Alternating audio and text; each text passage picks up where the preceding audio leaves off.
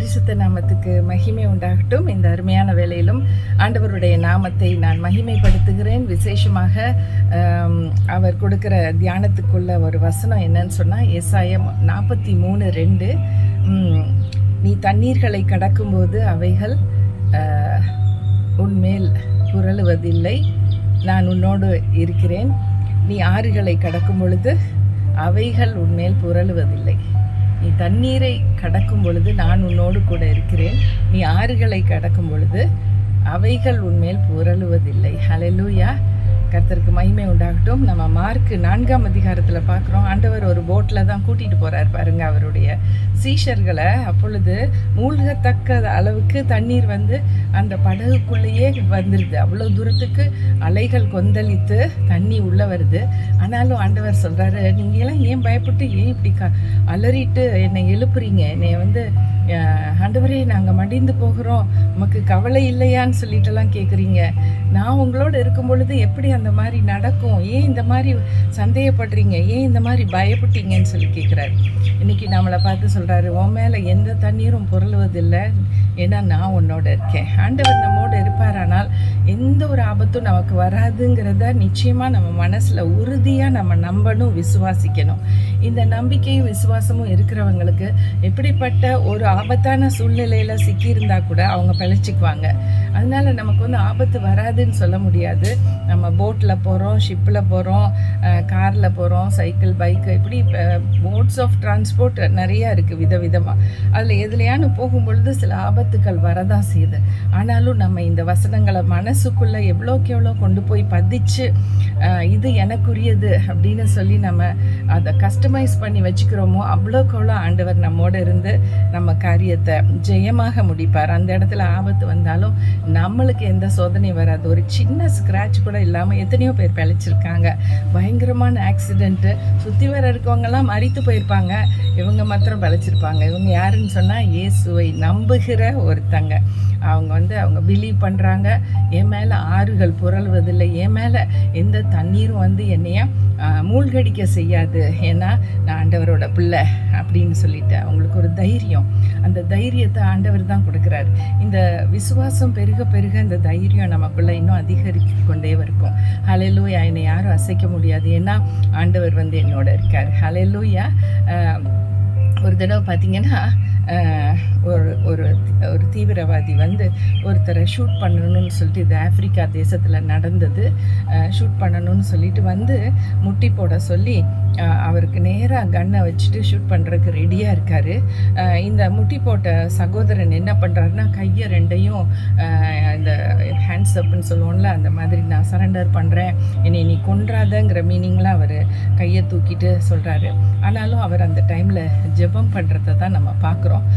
இந்த புல்லட் இருக்கக்கூடிய இந்த கன்னை வச்சு ஒரு தடவை ஷூட் பண்ணுறாரு. அந்த புல்லட் அந்த கன்னை விட்டு வெளியிலே வரல. ரெண்டாவது தடவை ஷூட் பண்ணுறாரு, அப்பையும் அது வெளியில் வரல. மூணாவது தடவை ஷூட் பண்ணுறாரு, அப்பையும் அந்த புல்லட் அந்த சகோதரனை அட்டாக் பண்ணவே இல்லை. நான்காவது தடவை வானத்தை பார்த்து ஷூட் பண்ணுறாரு, அப்போ அந்த புல்லட் வெளியில் வருது. அஞ்சாவது தடவை வானத்தை பார்த்து ஷூட் பண்ணுறாரு, அப்போ அந்த புல்லட் வெளியில் வருது. உடனே அவருக்கு ரொம்ப பயம் பிடிச்சிருச்சு. நம்ம 3 தடவை இவரை அட்டாக் பண்ணணும், இவரை கொல்லணும்னு சொல்லிட்டு வந்தோம். 3 தடவையும் புல்லட் ஒர்க் ஆகலை. ஆனால் 4ஆவது தடவை, 5ஆவது தடவை, இப்படி எத்தனை தடவை நான் ஷூட் பண்ணணும்னு நினைக்கும் போது அது ஒர்க் ஆகுது.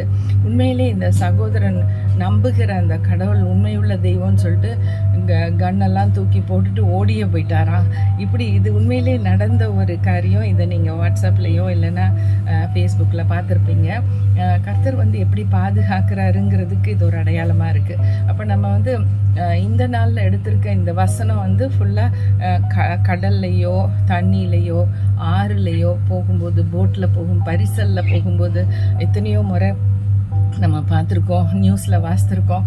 அப்படியே படகு ஃபுல்லாக கவுந்து அத்தனை பேரும் செத்து போயிட்டாங்க அப்படிங்கிற நியூஸ் தான் வரும் பாருங்களேன். ஆனால் கடவுள் நம்மளோட இருப்பாரானால், நம்ம இருக்கிறது நிமித்தம் அந்த பரிசலில் நம்ம போயிட்டு இருந்தோன்னா, நம்ம நிமித்தம் அந்த பரிசலில் மித்தம் இருக்கிறவங்களும் காப்பாற்றப்படுவாங்க. அந்த தண்ணி புரளாதுன்னு சொல்கிறாரு. அதே மாதிரி தான் அந்த மார்க்கில் நான் சொன்ன அந்த காரியத்தில் ஆண்டவர் எந்திரிச்சு சொல்கிறாரு, இறையாதே அமைதலாக இருன்னு சொல்கிறாரு. உடனே அந்த கடல் அப்படியே அமைதியாகி அவங்க அக்கறைக்கு போனாங்கன்னு சொல்லி வசனம் சொல்லுது. அதனால நம்ம ஆண்டவர் நம்மளோட இருக்கணும் அப்படின்னா, நம்ம அவரை அதிகமாக நேசித்து அவரை தியானித்து அவரோட வார்த்தைகள் வசனங்களை நம்ம உள்ளத்தில் கொண்டு போய் தேக்கி வைக்கும் பொழுது, அவர் நிச்சயமாக சொன்ன வார்த்தை ஒரு வார்த்தை கூட தரையில் விழுகாதுன்னு சொல்லப்பட்டிருக்கு.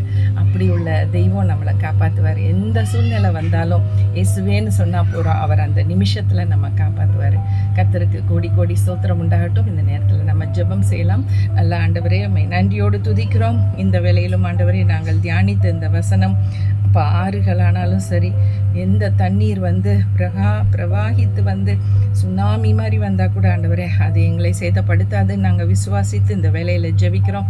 இந்த நேரத்தில் ஆண்டவரே, அப்படிப்பட்ட சூழ்நிலையில் சிக்கி தவிக்கிற உடைய ஜனங்கள் எந்த மாதிரி ஒரு நேச்சுரல் கலாமிட்டி அது நிமித்தம் அவங்க ஆண்டவரே ஒரு பயங்கர சூழ்நிலையில் சிக்குண்டு இருந்தாலும், இயேசுவின் நாமத்தினால் இந்த நாளில் விடுவிக்கிற தெய்வம் விடுவிங்க ராஜா. அவங்கள பாதுகாத்துக்கொள்ளுங்க.